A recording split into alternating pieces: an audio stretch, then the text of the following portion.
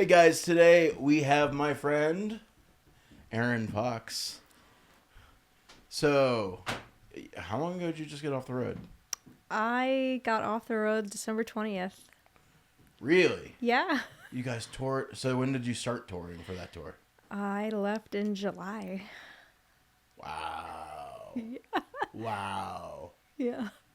That's July. That's like almost 6 months of touring. Yeah, it's about 5. 5. Because we started rehearsals in July, and then the tour didn't really start until August. Oh, okay. Yeah. Okay. Now, was it just a American tour? Where'd you guys go? Not for me. I was Okay. jumping between, so there's 2 of the same orchestra on different sides of the globe. So I started Interesting. out doing rehearsals in the UK, and then we started in Europe, did a month there, and then we did a separate version of the show just for a few arenas Okay. in October, and then we did a UK leg of the tour, which I did a lot of, but I didn't complete it because I had to jump on the tour that had started in America simultaneously because there was a little bit of overlap. So That's, no, let's. It sounds like scheduling nightmares. Did everything went well though? Like no crazy mishaps with the not really. scheduling. No, like, everything went generally well. For me, I know for other people, they had some like logistical issues. Maybe like their hotel room wasn't there when they got to a Gotcha. hotel or something. Like, Right. their transportation didn't show up. Things that fall through the cracks. Things that happen when you're traveling. Yeah, for when you have so many people on a tour, it's inevitable. Yeah. Yeah. How many people are in the orchestra? It's like how many members are in that band? So on stage now, it's 14. It used to be 15, but they cut the strings down by one part. Okay. That was kind of duplicated. It was a part that didn't really make sense. Like, they used to have 3 violin parts, but that third violin part was very similar to the viola part, so Gotcha. yeah. Gotcha. Do you remember Alex Sadek from the Go Around? Do you remember? Yeah. You had to have played with the Go Around at least. It's been a while. Oh yeah, but yeah. He's been in Nashville now for like 6 years. Wow. He has the only non-digital like studio in Nashville. Like all of his stuff is like Analog? Like, analog. Like he's like yeah man, like everybody switched to digital. He's like now I fix any analog piece that other studios have. Like nobody knows how to do it stuff with it anymore. That's a great... Yeah. Those are great skills to have. Yeah. I think analog is making at least from my perspective, I think it's making a good comeback. People are probably going to get tired of purely digital. Analog has a special feeling and sound to it. Yeah, especially with recording. My band we just switched to all digital pedals. Okay. Which, if you told me I was going to do that 5 years ago, I would have punched you in the face. I would have been like, don't talk dirty like that. Like, I was such a, like, tube amp person. Yeah. I got sick of hearing my guitarist's, like, tone, like, perfectly loud. Like, hearing everything through the monitor, and, like, I can't hear my guitar, but I can hear his tone. Sounds amazing, and it's plenty loud, and I just was like, I'm switching. Yeah. Like, I can't tell the difference, like, between a tube amp and, like, the pedals now. There's, like, no auditory difference at all. But I don't know. You don't really play any instruments for the band, do you? Well, not for the orchestra, Right. but I know you do play. Yeah. yeah. But I've stepped away from that project, and I'm back to focusing on my original music, so that I can dedicate myself to creating original art for a while. That was the thing about constantly touring, is I wasn't able to give my attention to making original music as much as I wanted to. Right. And as great as the experience is, and I love everybody so much in the orchestra, it just like, I got a little burnout.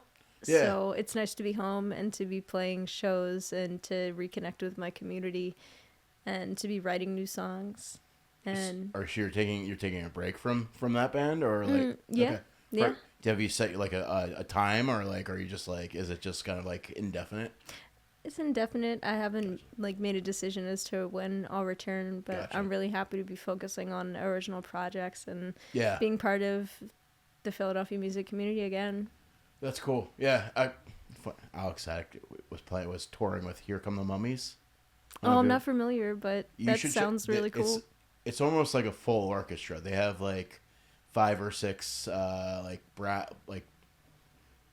brass players, and then they have like, I want to say it's like a 14-person band or something like that, and like they're all dressed as mummies. So there's a lot of like, not as grand as what you were in, but like it's a lot of production. And he actually like stopped touring with them for the same reason. He's like if I want to put out my music and like do it, I gotta like quit what I'm doing with all the other stuff and just dedicate the time. It takes a lot of energy and mental focus, and when you're constantly moving from city to city and not really even living in a building, you're living on a bus most of the time. It's really hard to do that because you're living essentially in survival mode all the time. Sure. Yeah. So you can't calm yourself down enough to even be like, all right. Yeah. Yeah. Focus on anything other than the show that you have to do every day. Right. Now, how many hours would you guys play on tour? Like, how long was your set? It's a 2-hour show broken up. Like, there's a 15-minute interval. Okay. So, or intermission. Right. The British people call it interval. But, right. Yeah. Just like a 15 minutes for you to catch your breath, basically? Yeah, between the 2 sets. Okay. Yeah. Okay. Now, you said you're diving into going back to doing Erin Fox music, or is it going to be under your name? Okay. Yeah, that's not the only band I play in, but right. I'm focusing primarily on my own music. Where are you? Have you picked a place where you're going to record, or like are you working with a producer? Like what are the plans? Well, I do have an album like ready for release, and really, yeah, like I scheduled my album release show and have vinyl printing now. Okay. It's just that it took me 2 years to do it, and I wish it didn't take so long. It probably wouldn't have taken as long if I wasn't constantly traveling, which is fine because the experience of traveling and seeing the world was like half the point. I had never been that far before in my life and got to see new territory and experience different cultures, and that was half the beauty. So I grew up. My mom worked for Continental when I was growing up. She was a ticketing agent, then she was like a flight attendant, which I don't think is the term anymore. But traveling definitely, like, a lot of people haven't left their own county, let alone their own state. Yeah, and that's like through no fault of their own. Sometimes it's a privilege to be able to travel, and right. I recognize that this opportunity was an opportunity of privilege. So I was very lucky to be able to do it and have that experience. Yeah, it's also like very eye-opening to just like be immersed in other cultures, like just like not just the American politics. Like you get out to other countries and you're like, oh, they don't care about anything we care about. Yeah, and see how people conduct themselves or what they eat, what music they listen to, and it's just a beautiful experience. What was the most interesting meal you had on the road? Oh, man. Like, what food, like, blew you away while you were traveling? I had some Libyan food that was really good. Bolivian? Libyan. Libyan, okay. Yeah, I'm trying to think. There were so many different kinds of food. I know that I did not like German food. Really? Yeah. German food is like, you have to have a beer in your hand while you drink it almost. It's almost like, it's very heavy food. Yeah, well, and sometimes, like, I got sick a couple of times when we were on Europe tours, and it was always in France or Germany. Really? So, yeah. Like food poisoning? Yes. Yeah, okay. Yeah, not like anything super intense, but just didn't agree with me. Trying to think. Eastern European food, like in Latvia and Lithuania, I really enjoyed the cuisine there. Really? Yeah. What dish was like, what stands out in your mind?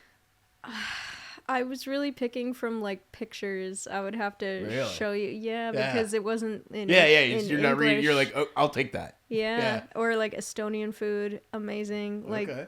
their breakfast or their bakeries, like I don't know, just the Yeah. bread tastes completely different. Things over there just aren't full of chemicals like it is here, and No, it's not processed. A lot of it's more not at farm to table. all. Yeah.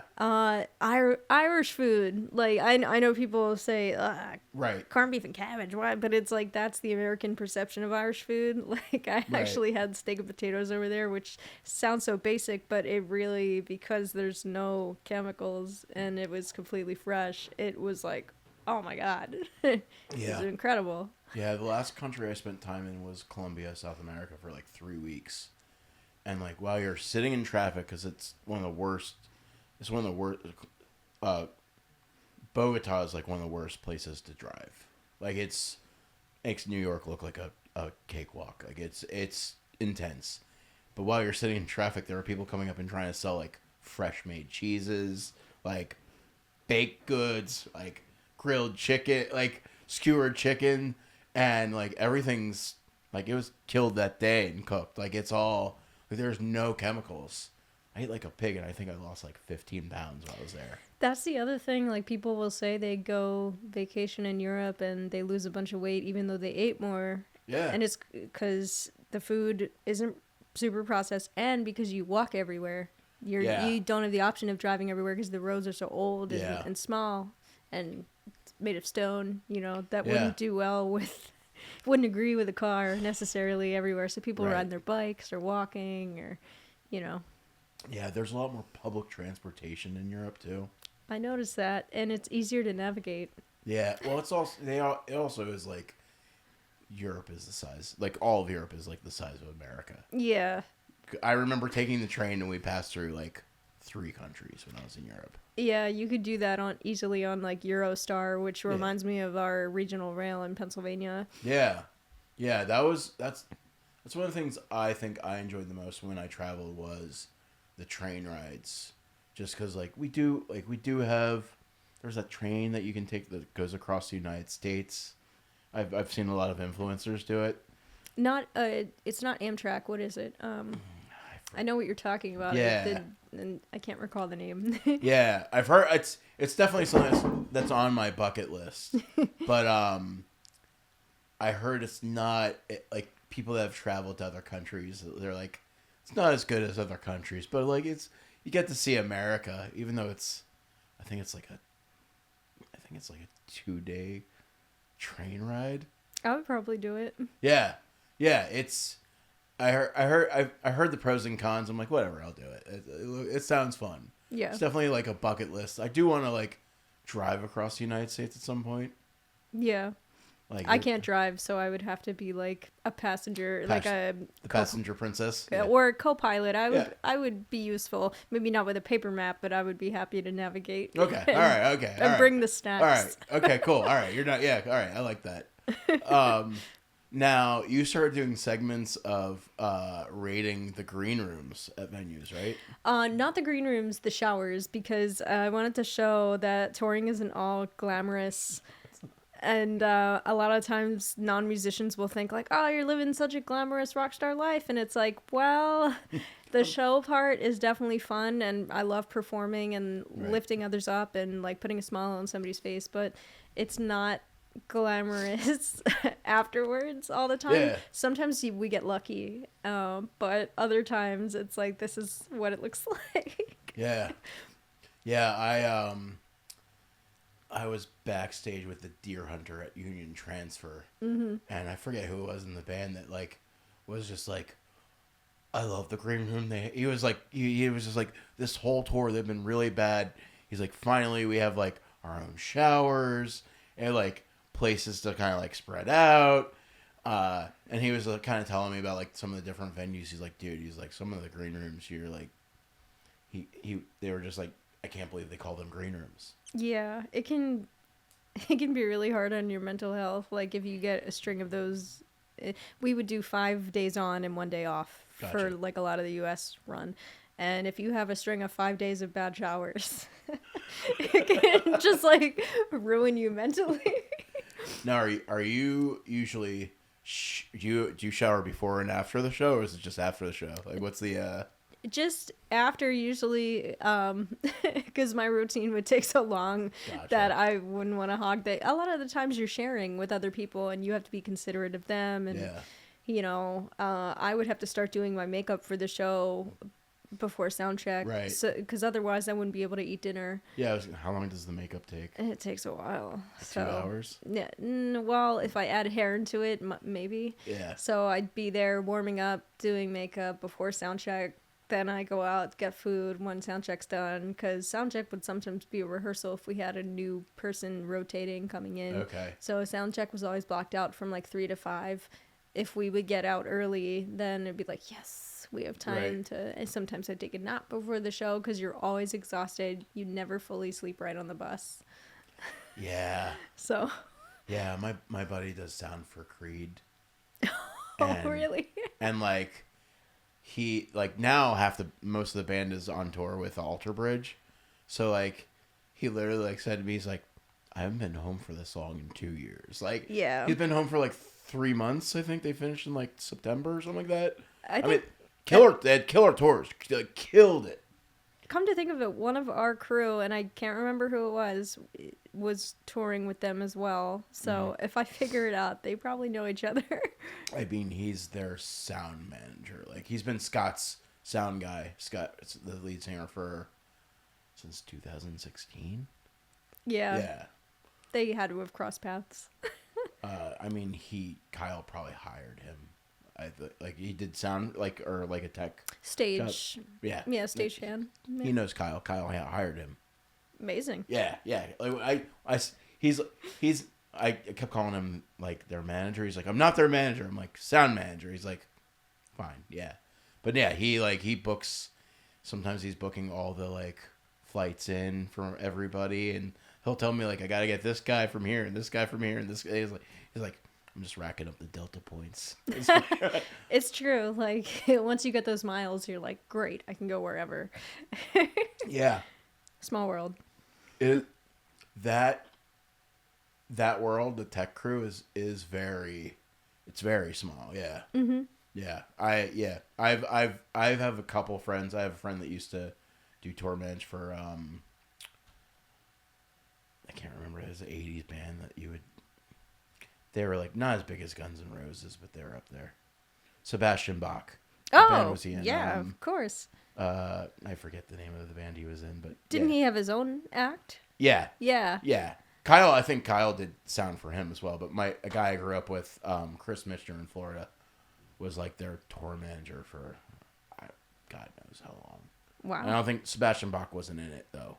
Okay. He left the band and did his own thing, but I'm a little foggier on the 80s rock. It's not I'm not like diehard about 80s metal, but I respect it. Yeah, I didn't grow up in a rock and roll household. Like neither of my parents. My dad listened to really bad jazz. So like the only thing he gave me that I still love was Boyz II Men or like Motown. Oh, there you go. Loves Motown, which is everything in Motown I love. Mm-hmm. But like everything else that he listens to, I'm like, yeah, not a rock household at all. So like I kind of more learned like all the 80s, and everybody's like, oh, I listened to like John Denver. My dad grew up like listening to them, and I'll be like, I wish my dad listened to something cool like that. Like I wish, like it's really bad Christian music and bad jazz. So, but yeah, like that 80s, those 80s. It's funny watching all the 80s and the 90s bands coming back now. Yeah. It's kind of crazy, like how they're. Like some of them are coming back full force, and some of them are trying. But the economy's propped up by nostalgia dollars, right? It's absolutely Which I'm kind of lucky being in like an emo rock band. Like everyone's like every time we play now, people are like, "You guys are really good." They're like, like that style of music's like really big right now. I'm like, yeah, I know. Yeah. I've been playing it for 20 years. It's finally coming back around. I get it. Yeah. That's good. The younger generation has an affinity for emo. I think it's so I'm not gonna ask you how old you are, but like I'm 43, so No, So, I'm not there, but yeah, I'm but, younger than you. I'm in my 30s. yeah. But like, so I date a lot of moms. Just Okay. it happens. It's not like I'm into moms. It's more like a communication thing, more than it's the fact that they're moms.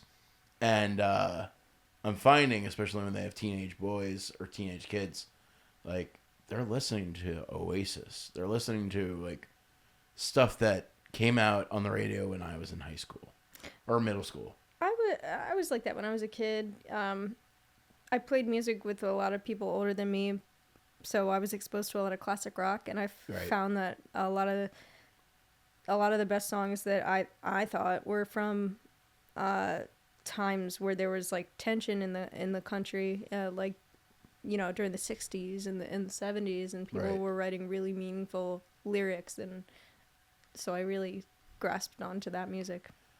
Yeah, I'm interested to see what happens now. I think a lot of it's a dark time, but in dark times, some of the best art is created because pressure makes diamonds, right? Suffering makes some beautiful things sometimes.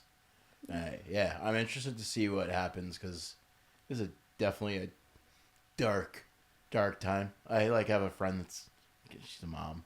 And I just asked her how she was doing this year, and she was like, I kind of feel like I'm losing my shit right now, having kids and like watching what's going on in the world. And I'm like, I get it.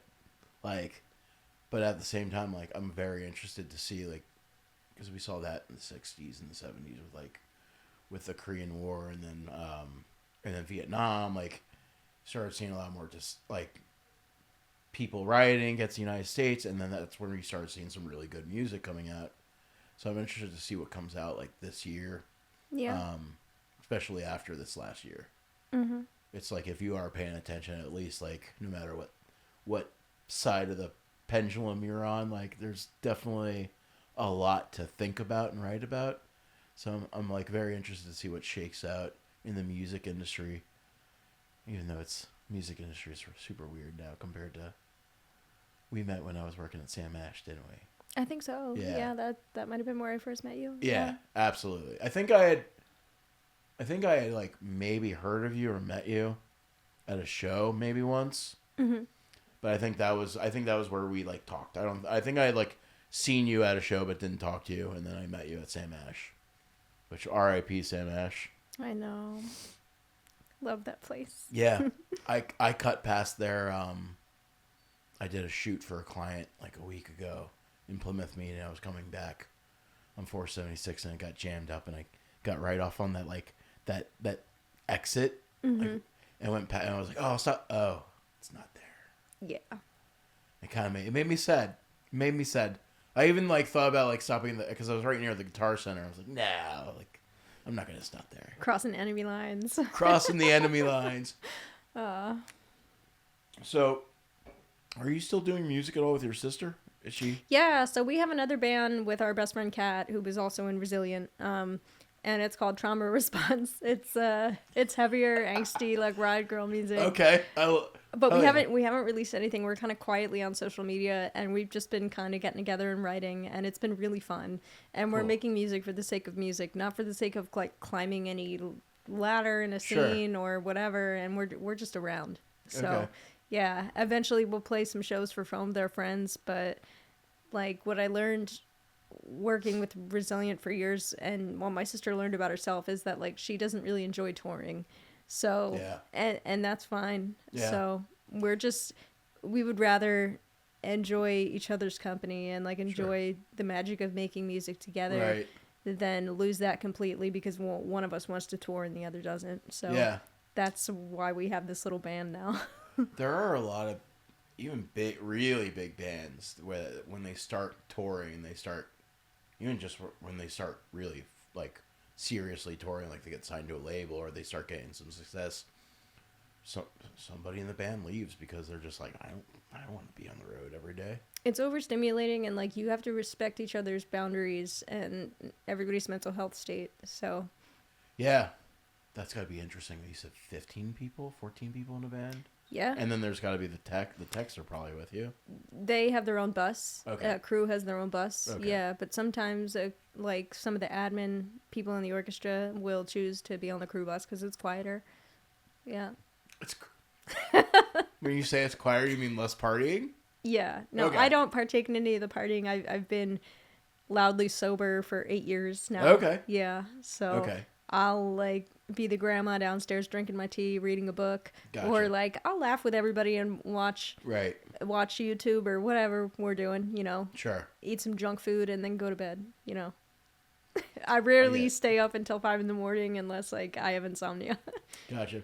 The only reason why I'm drinking this beer is I thought it was a seltzer and opened it and I was like, all right, it's a porter, I'll drink it. But yeah, I cut it this year. Like, I'll maybe have like one, but this is my third drink this year. Now I do stay up late when I'm at home because I'm at home and I'm by myself. And Right. I'm not around a bunch of people. Are you a late night owl? Are you like? Yeah, I would consider myself a night owl. I like sleeping in. So. I feel like that's a question I need to start asking every musician. I feel like almost every musician is like on a late night clock. I don't know what it is. Yeah. Like, do you agree with that? Like, I feel like most. I think a lot of my ideas come to me in the wee hours. I think for a while, I don't think I written any music earlier than 9 p.m. Yeah. Sometimes it's just like you need quiet and you need space, and sometimes the best things come in that little witching hour, right? That was something my ex-wife didn't understand. Yeah. Yeah. I was like, don't interrupt me when I'm writing. It's like, I just need to ask a question. I'm like, all right, but that means I'm done writing. Exactly. You're like, I just kind of, don't take it personally. Yeah. I really need to sit in silence for a long time. It's a boundary thing. It's just like, listen, like, if you interrupt me, just so you know, like, you killed that song I was in the middle of. Yes. Because I mean, sometimes you can go. I feel like there are a couple times where I went back and I looked at it like a flow, like a river flow. I'm like, if you stop me and interrupt me, even if it's like 30 seconds, I'm like, now the river went from here to here. Like, it just, yeah. Sometimes it's just like, you finish a song and you're like, where did that come from? Mm-hmm. I used to get like a little door handle sign that was like, and I got it from a meditation class that I took, but I would use it for like a do not disturb situation. And sometimes it would work. That's a good idea. Yeah. Anyone I realize living with introverts works well for me now. Mm-hmm. Like, just people that like, yeah, you'll hang out with them, but they're not like, are you almost done? You want to hang out? You know, like just like, they're fine with their personal like bubble. Like, we'll interact, but like, they're not leaning on you for like any attention or like, yeah. Yeah. Like, you can lean in and be like, oh, let's go do something, but like, just very like, we're doing our own thing. Mm-hmm. Yeah, it kind of like helps, like you said, that boundary. Yeah. I feel like introverts understand that boundary a lot more. Anyone I've ever lived with, I've always been like, hey, so sometimes I might disappear for a while and it has nothing to do with you. I just fall down a hole of artistic discovery. Yeah, that's I can remember times of living with people that don't appreciate that or respect that, and it definitely starts to like butt heads a little bit. Yeah. So we're running out of time here, but like, what do you have any release dates for the album? You have anything you wanna plug? Sure. You also you still doing Brainfest as well, right? Yeah, I think this year we are taking a gap year in light of recent events. It feels like that might be appropriate, but we will have our method of online donations still available for anybody who wants to contribute. You could always do you could always get like a couple people to do live, like That's a live, like a stream, like maybe three acoustic performances or something like that. Yeah. Just as like hey, we're still doing this, but this year we're taking a little break. Yeah, and really just kind of focusing efforts on what's happening, you know. Right.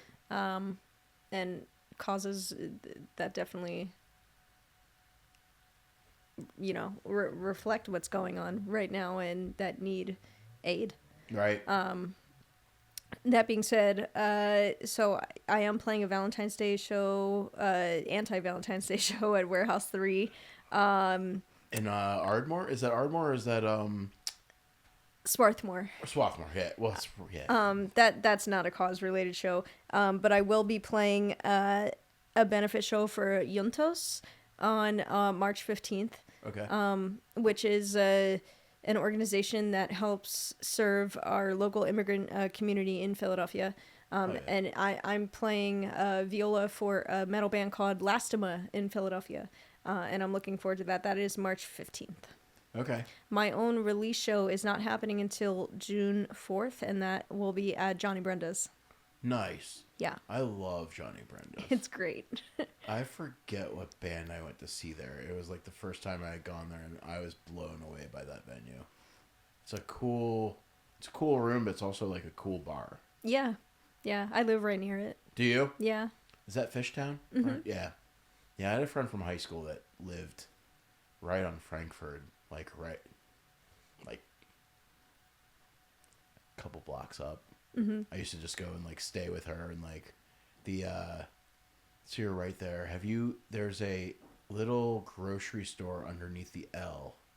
It's like a grocery store / it has like some like little restaurant kiosks in there. You know what I'm talking about? Grocery store. It's like, it's small. It's not, it's like it's probably, I want to say I think the owners were Arab at the time. Because most of the food in there, like the kitchens, are Arab food. Like they have falafel. Okay.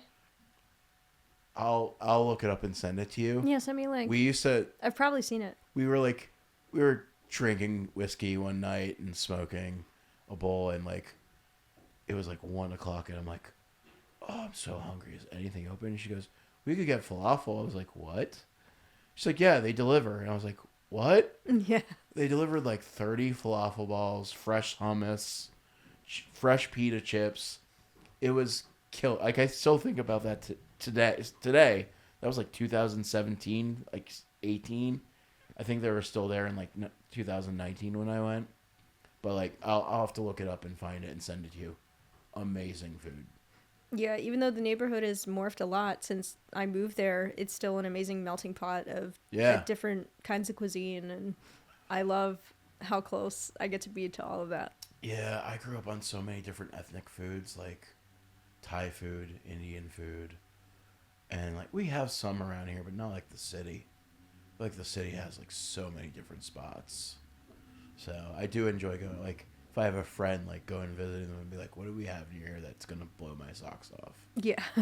There's always something that's, like, you got to ask the locals. You do. Yeah. There's always, like, sometimes it's a hole in the wall. Sometimes it's, like, really nice. But there's always some killer spot that you're just, like I had never really had falafel until I went to that place. Like, I had it a couple times here and there, but never, like, this is a place that does falafel. Authentically. Yeah. It was. I'll have to find it for you. It was really good. Please do. Yeah. Anything else you wanna throw out there before we wrap up? You're playing at Steel City tonight. Who are you playing with tonight? I am playing with the Wedding Funeral and the Lotus Ritual. It is a goth-tinged showcase. Okay. Hence the get up. I feel like Jesse's booked them for other shows before. I feel like I've seen them play. It'll be my first time, so I'm very excited. Yeah, I think I saw. But my friend John Fay, who is downstairs right now, is also playing during my set. Is he really? Yeah. All right. Are you playing first, or you had? I think I'm first. Yeah, I think I might be the only solo acoustic act. So. Okay. What time does the show start? 7:30. All right. I mean, I'll double check on that. I know. I'm supposed to see a friend friend playing Pottstown. I didn't tell them I was coming, so like I'm like, what do I do after this? I'm like, I've been watching I've seen John Fay play. He's amazing. Like, if somebody asked me, what iconic band would you think of from Philly that's like not huge, like they're very well known in Philly, but like as a musician, I would John Fay. Yeah. Into Philadelphia, was that the name of the song? Yeah. Yeah. Like, I remember seeing them play back in 2002, 2003. Yeah, he's a legend. Yeah, and he's still like, I see videos of him playing all the time. Mm-hmm. He's a killer musician, killer guy. Yeah. But thanks for coming on the show. Thanks for having me. Welcome to Phoenixville. I love it here. I do love it here. Oh yeah.